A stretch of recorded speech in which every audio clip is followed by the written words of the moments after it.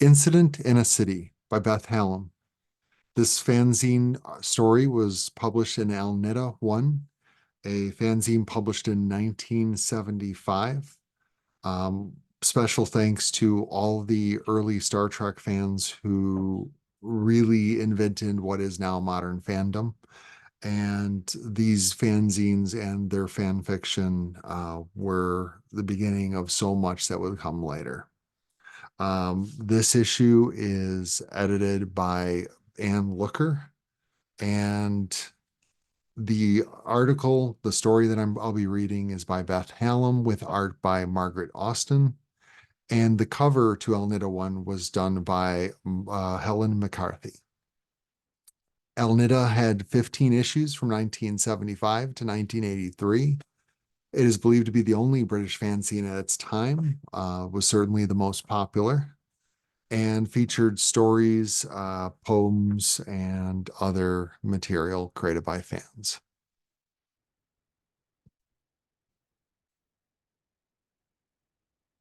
Incident in a City by Beth Hallam.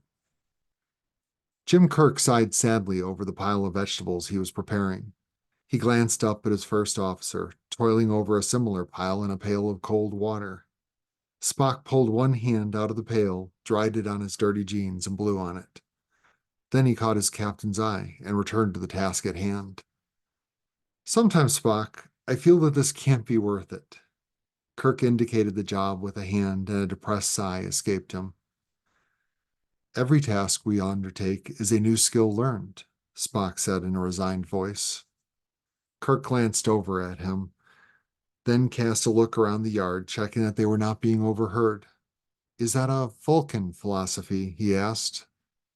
No, Captain, Spock said. A personal one.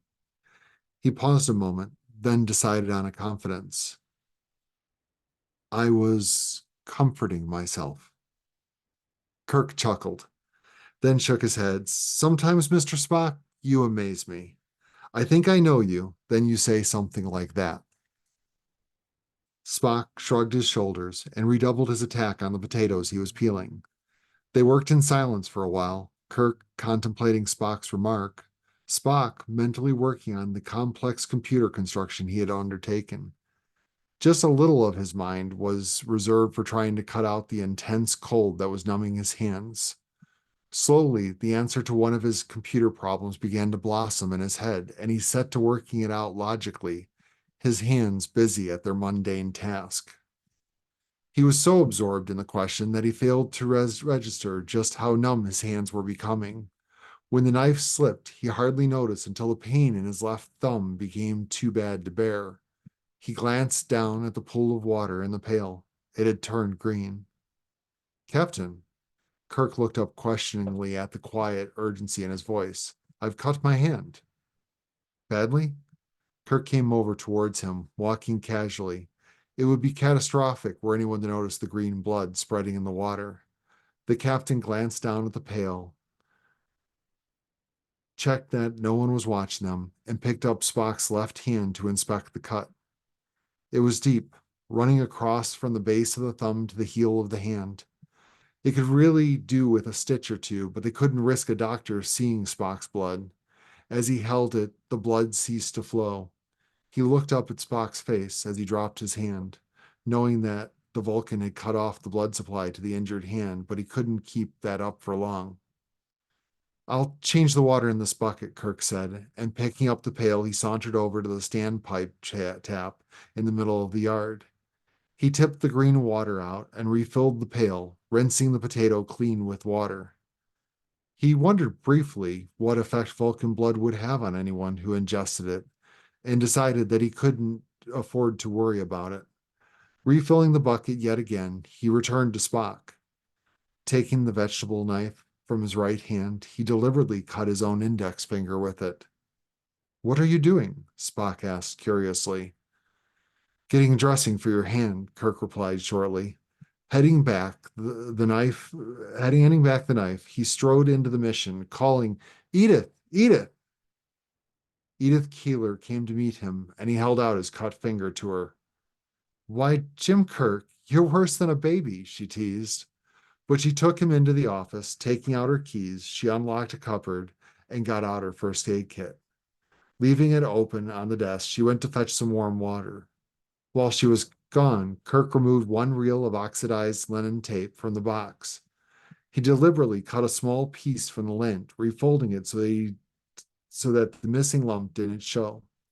He hesitated a moment, then tipped a generous amount of iodine on the lint. As he heard Edith returning, he stuffed the things into his pocket. She dressed his slight cut without even appearing to notice the missing things. When she had finished, Kirk leaned forward and kissed her on the nose. Thanks, he said. She glanced into the first aid box as she closed it, then out at his disappearing back. Then she shook her head and, putting the plundered box back, relocked the cupboard. Later that day, when they were serving the soup, she noticed that Jim's strange friend had a dressing on his left hand. Now, why, she thought, couldn't he have come to her for treatment? After all, she was a nurse. Why the elaborate ruse that Jim had perpetrated? They were two of the oddest men she had ever met. However, she managed to fall in love with one of them. That evening, Kirk took Edith for a stroll through the city streets.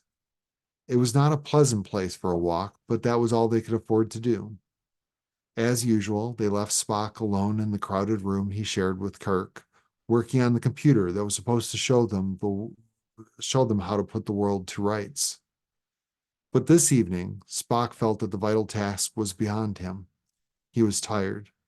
He had worked the mission all day and on the computer all night for the past week. He found it difficult to manipulate the delicate materials he had to work with. His left hand was awkward, and although he would have refused to admit it, the cut throbbed painfully, and then there was the practically constant headache that plagued him. There were, he knew, two causes for this. One was the knitted hat that he was forced to wear to cover his treacherous ears. It cut into the sensitive tips of the organs it was meant to hide, making them skinned and sore. Then there was a problem of unmaking this of the untrained telepaths. Spock hadn't mentioned this to Kirk, believing that the captain had enough problems of his own without adding those of the Vulcan. 1930 had its quota of telepaths, as had any other age, but in that era, there was no training for them, no background of Vulcan culture to help deal with them.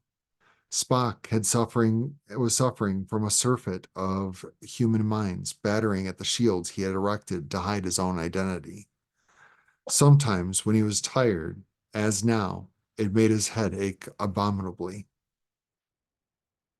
Spock glanced over at the unused bed next to Kirk's.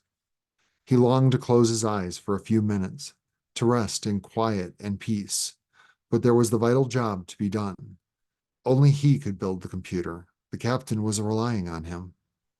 He worked on for another half hour, making electronic joints. He was much slower than usual, and the connections needed to be accurate. He fumbled one and grazed the tip of his finger. He put the sore digit into his mouth and sucked it. It was no use, he thought miserably. He was just making a mess of this.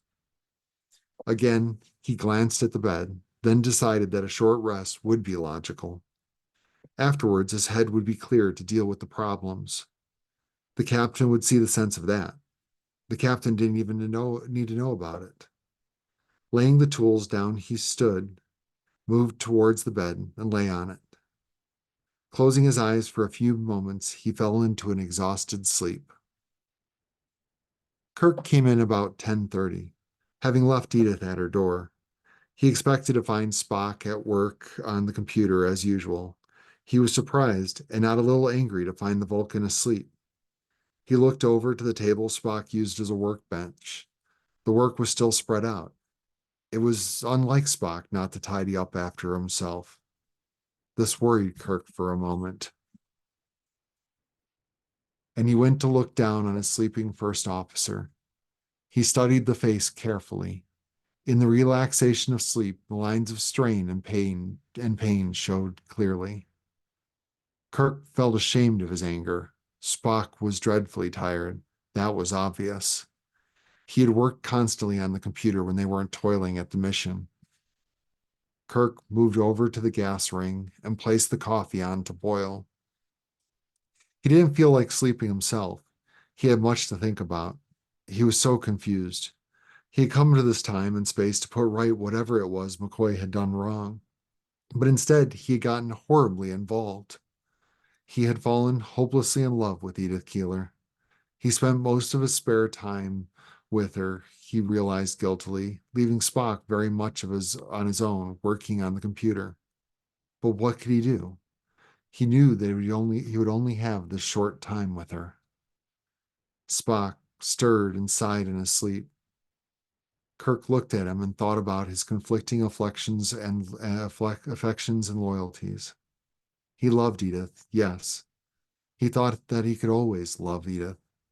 But there was his other love, the one he had come here to save, the Enterprise and her crew, symbolized by Spock. He owed Edith a lot. She had fed and sheltered him when he needed her help, without asking questions. She returned his love with an open-hearted warmness that touched him deeply. The Enterprise was a duty, an honor. His life had been given to her service. She repaid him with worries and problems. She was a demanding mistress. Her crew, what of them? He loved them, yes, but it was a love that must remain unexpressed. He thought of the individuals who were his care and responsibility. Bones, who hid a loving, broken heart behind a facade of sarcasm. Beautiful Uhura, so desirable and trusting, yet untouchable. Scotty, who would make a good friend if only he didn't let engines come first with him. And Spock, the biggest mystery of them all. The alien who was an alien. The one who needed affection most desperately, yet who refused to take it. He must choose between them. Edith or the Enterprise? Which? Which comes first? Before he could worry at the question, Spock awoke and sat up. Captain? He looked over in Kirk's direction. The captain smiled reassuringly. I came in an hour ago. You were asleep, so I didn't wake you. He meant it kindly, but somehow it didn't come out like that. I'm sorry, Captain. Spock sounded cold. Hurt? I'll get on now. He swung his legs off the bed. Kirk put out a hand to detain him. Spock, I didn't mean it the way it sounded. Really, I didn't. Have some coffee with me. Let's talk a little. Kirk was anxiously aware of the tension in the small room. For a moment, the tight atmosphere continued. Then Spock relaxed and accepted the coffee. They talked a little of this and that. Two men, friends. Then Kirk inspected the healing wound on the Vulcan's left hand. It was fine, mending perfectly. He smiled. That was one thing less to worry about. Afterwards, they both set to work on the vital computer. Two tiny people fighting for a galaxy. All was not right. There were decisions to be made, but one unhappy day had ended peacefully. The end.